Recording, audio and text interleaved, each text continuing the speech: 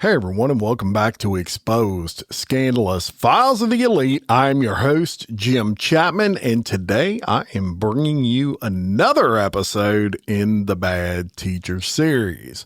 Now we're going to start off in Tompkinsville, Kentucky for this one. And I'm going to tell you a little bit about Angela Comer, who in 2006, at the age of 26 years old, fled the state of Kentucky with her 14-year-old student she was having a sexual relationship with and escaped to Mexico. Really unbelievable story here.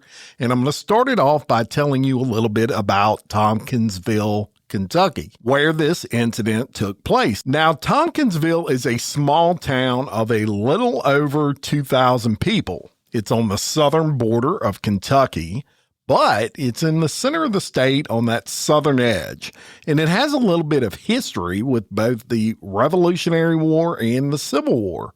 Now, it's definitely not the type of place where you would imagine something would occur like the story I'm about to tell you about. So let's go back to 2006, and I'm going to tell you about a math teacher by the name of Angela Comer. She taught at Monroe County Middle School. She was an 8th grade teacher. Now, Angela was 26 years old, and she was very attractive. Blonde hair, 5'6", kind of statuesque female. Certainly noticeable to any 14-year-old boy. So at the time of this incident, Comer had taught at Monroe County Middle School for about a year and a half, and prior to that, she had taught at what's known as Barron County Middle School. That was for about 2 years. So despite the fact that she was only 26 years old, she had already had nearly 4 years of teaching experience. She wasn't new at this. Not that that necessarily would matter. And despite the fact that Comer was known as a creative and enthusiastic teacher, she did have some performance issues, according to the school administration, which means that her students, they were not scoring on a level expected on tests, etc. Apparently, whatever her style of teaching, if you will, whatever that was, her students were not learning as she should, and that was reflecting in their test scores. And I would say that could have something to do with what was going on behind the scenes in Comer's personal life, which was just absolutely a mess. Just 2 years prior to the incident, now in 2004, Angela Comer filed petitions against her own parents. She claimed that her father had bruised her arm and that her mother had abused her verbally, mentally, and physically. She also said at that time in 2004 that her parents had threatened to take custody of her young son. So then, 3 months prior to the incident taking place that I am about to tell you about, Angela Comer filed for divorce of her husband, David, saying he was abusive. However, just a few days after filing, she rescinded that filing. She essentially changed her mind. Now, right after rescinding those papers, she abruptly quit her teaching job at Monroe County Middle School. This was in November of 2005. So, interesting that when I researched this case, I had to refer to a lot of old newspaper articles. Usually when I go back more than about 5 years to 10 years, the articles that I can find online, pretty tough to find. I have a subscription to a service that actually brings together all these old newspaper articles, and sometimes you can dig up some really good information. That's what I had to do here. In this case, a lot of those old newspaper articles were from Kentucky, where all this went down. And one thing that stood out to me was that way back in 2006, they didn't protect the victim's identity like they do today. I mean, this kid's first name and last name, 14-year-old kid, mind you, his name was everywhere when all of this came out in the media, which is very strange these days. Usually they'll use initials, they'll give an age, but there's no way that the media is going to report the full name of a victim. A lot of people say that re-victimizes the person. I think it also speaks to the fact that even back then, well, I would say especially back then, when you were a guy and you were 14 and your teacher was 26, like in this case, they didn't really look at you as a victim. It's just facts. It's why I do this series. So getting back to it, I'm not going to use his full name. I'll just use his first name, and his first name was Justin. And I'm going to tell you a little bit about Justin. Now, Justin in 2005 and in 2006, and even prior to that, he lived with his grandmother, who was his legal guardian. And she was also no stranger to education herself. She had been a supervisor of education before her retirement, and even after retiring, she still worked as a substitute teacher. Now, in addition to that, she also took care of the grounds and did gardening in a large apartment complex in the area. Not because she had to, but because she wanted to. Now, Justin had lived with his grandmother for 6 years, since he was 8 years old. This poor lady was 68 years old when all of this went down that she had to deal with. 68. Now, apparently, Justin, he didn't have an easy early childhood. It was very unsettled, as a matter of fact. He stayed with several different relatives before settling in with his grandmother. And it's kind of surprising to me because when I researched his family name, well, it was a very powerful name in the Monroe County area. His father, as a matter of fact, at one point was the most powerful attorney in that county. Justin's mother and father, however, they never got married.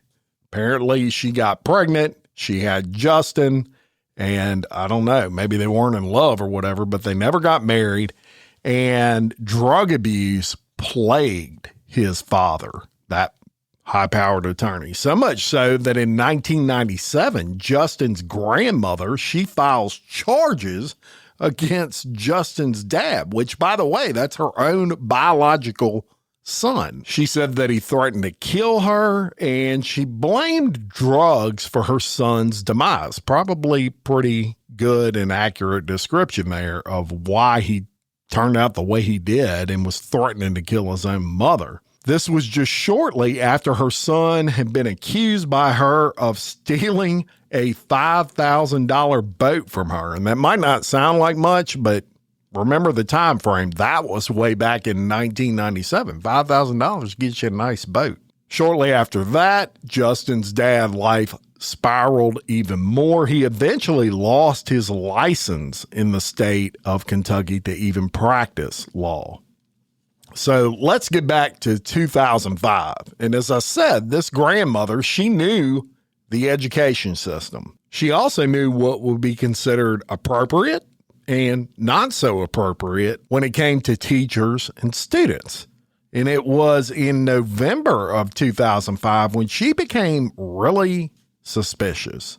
So shortly after Angela had left her job at the school, remember, she got divorced, or she filed for divorce, then she rescinded that, and shortly after that, she ended up leaving the teaching profession completely, just quit her job. So shortly after that, Justin's grandmother started hearing ramblings that Justin had had an affair with this teacher, Angela Comer. Now, initially, Grandma, she chalked this up to Justin lying to his friends because she was hearing a lot of this from other kids that went to school with Justin. And she's thinking, he's just trying to become more popular at school. As I said, this is a very pretty teacher. And so in her mind, he's just trying to be a big man on campus. And now that that teacher's not teaching there anymore, she can't really defend herself to the other students. So that's what she chalked it up to.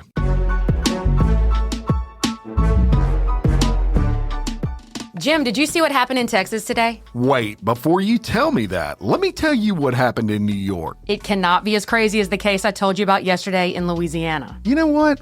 We should do a podcast about it.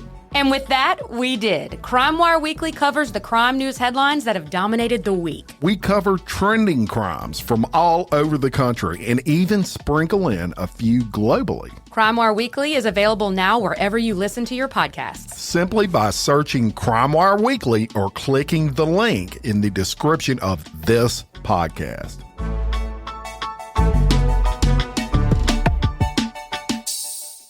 She just couldn't believe the idea of this beautiful, married, 26-year-old teacher with a son of her own, incidentally, having any interest in her 14-year-old grandson. And these were other kids saying it.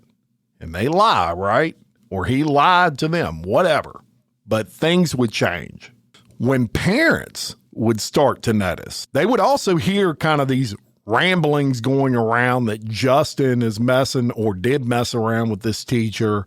And then they would go to basketball games, and lo and behold, Angela would show up and she would bring food to Justin at these basketball games. Now, one thing I had not mentioned was the size of Justin.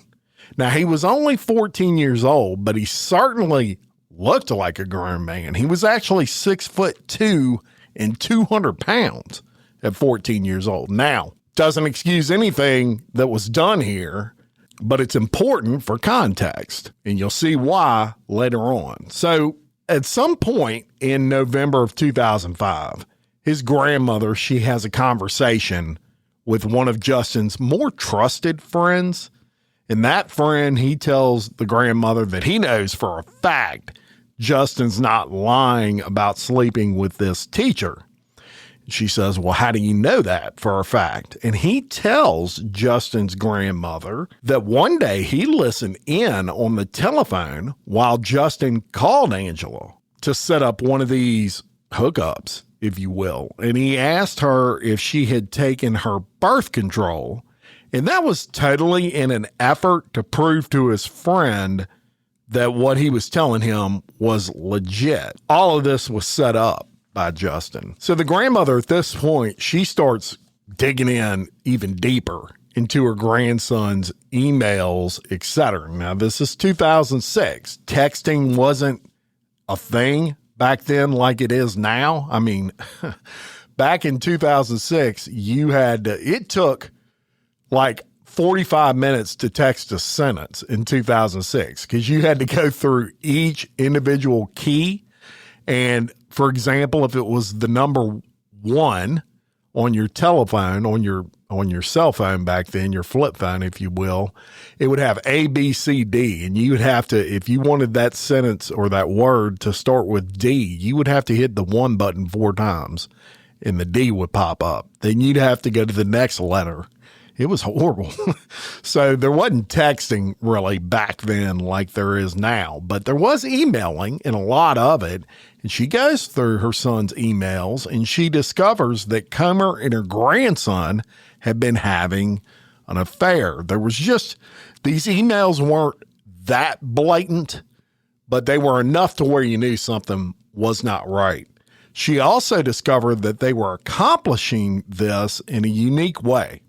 So grandma, she had trouble sleeping. She suffered from insomnia and she would take medicine, sleeping medicine, to help her go to sleep. The problem was she would take it and she'd wake up 2 hours later. And then, it was just a nightmare from there trying to fall back asleep. Now, her grandson knew she had a pattern like this. He had memorized her pattern.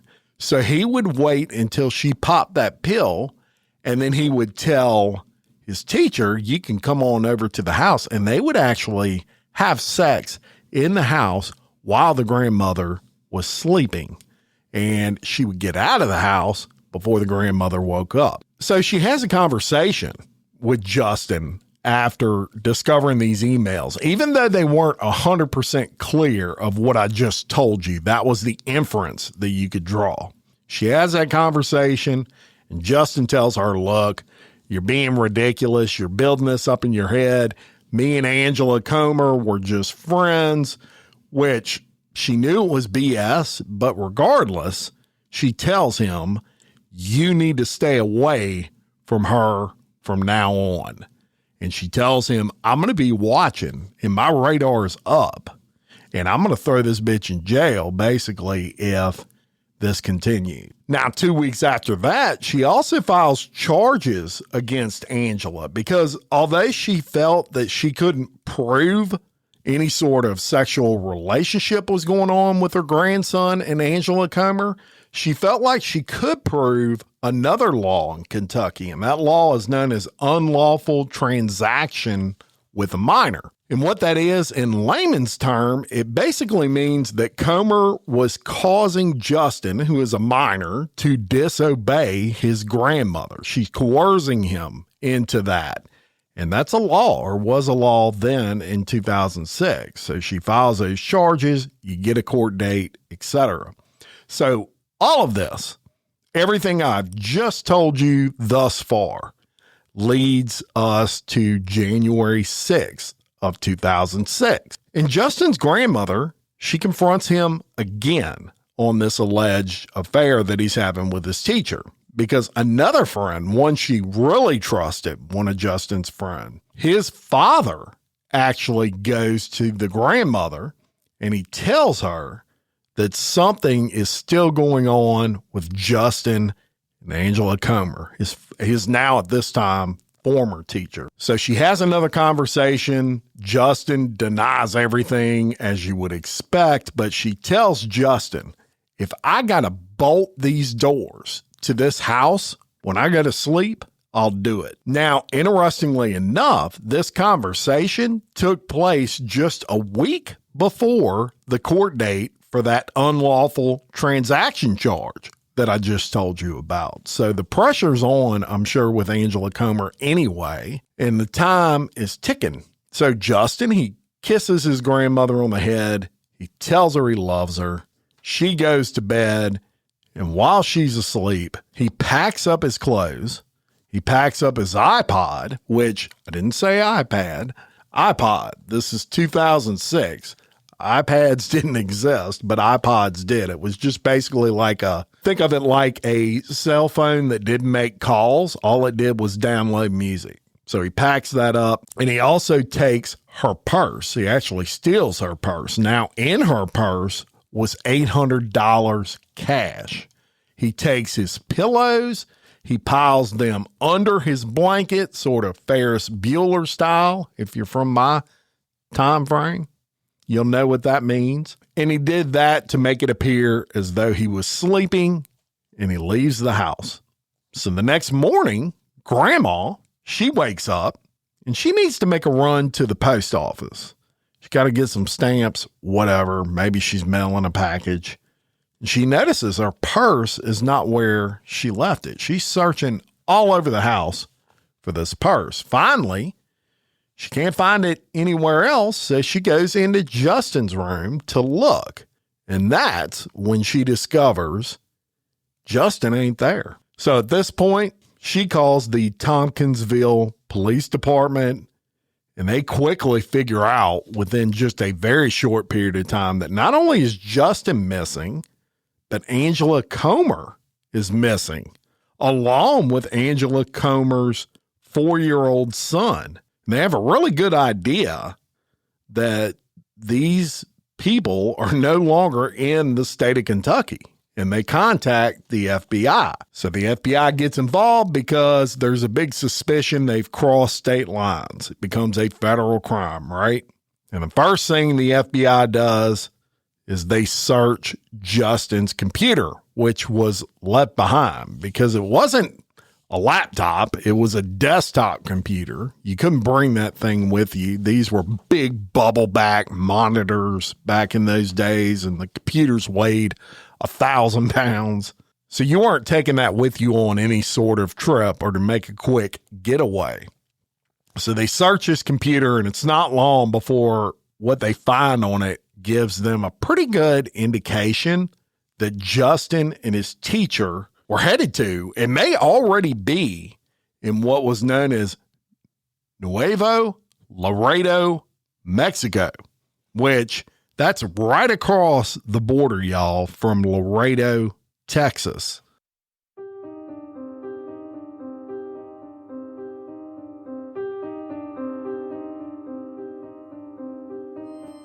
In the sultry heat of Louisiana, where the bayous whisper secrets and the air hangs heavy with the scent of magnolias, a darkness lurked beneath the surface.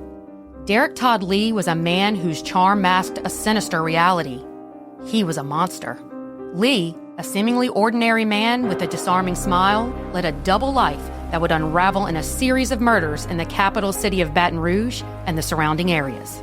As the first reports of disappearances and murders began to surface, South Louisiana was thrust into a nightmare, igniting a frantic search for answers. The true horror was just beginning, and the hunt for a serial killer, eventually known by just 3 letters, would reveal not only the depths of Derek Todd Lee's depravity, but also the resilience of those most affected by his evil acts, the families and the survivors. This is DTL.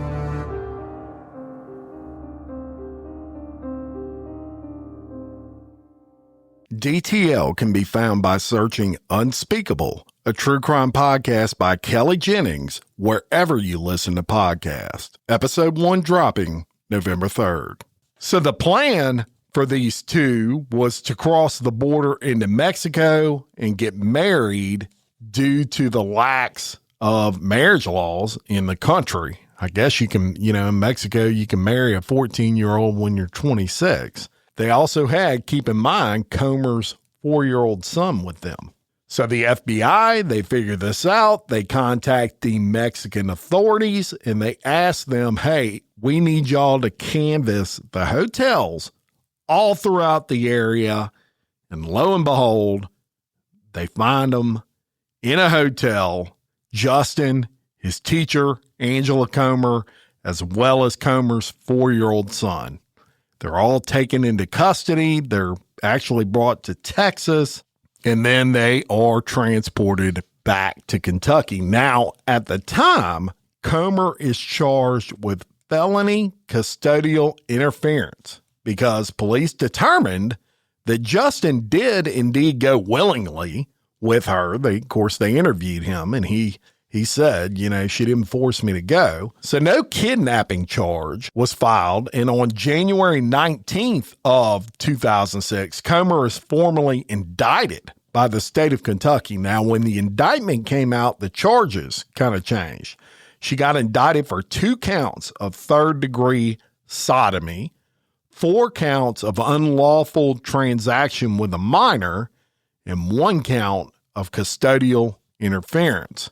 So she goes to court and she enters a plea of not guilty, which everybody enters a not guilty plea in their initial court appearance. That's when bond is set, etc. And you got nothing to lose by entering a not guilty plea at an arraignment. She gets a $50,000 cash bond, which she eventually does bond out of jail, and time passes. And a lot of time actually passes, and she eventually cuts a deal like they all do, right?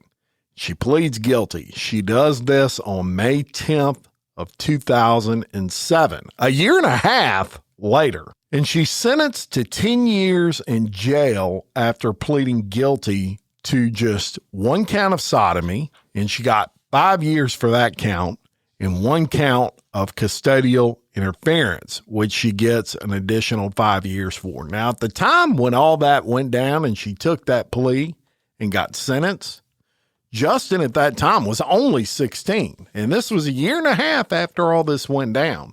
She did also admit to having sex with Justin several times in open court.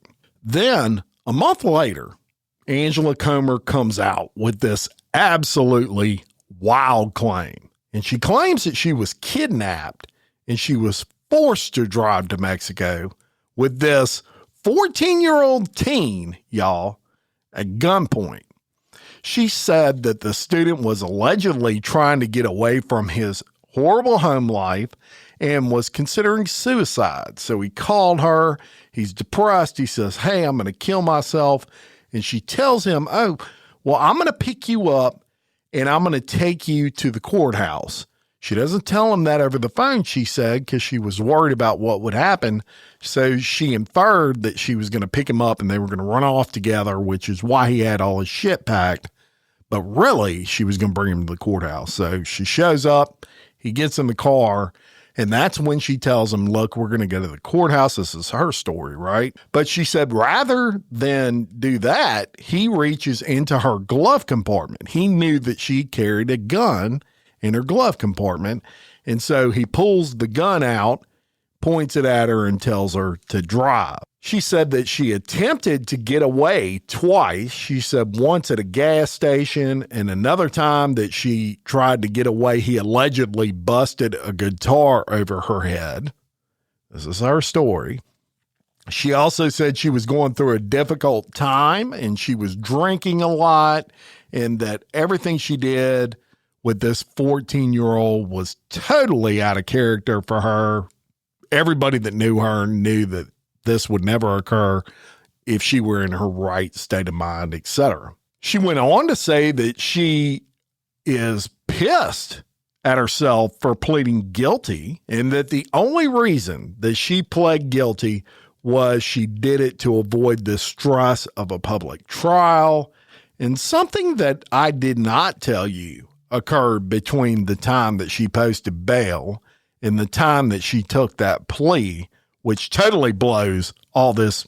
You already know it's bullshit, but blows it all out of the water, is even when this lady was out on bail, she was caught sending 2 nude pictures to this kid out on bail for this relationship with this kid. And she can't help herself.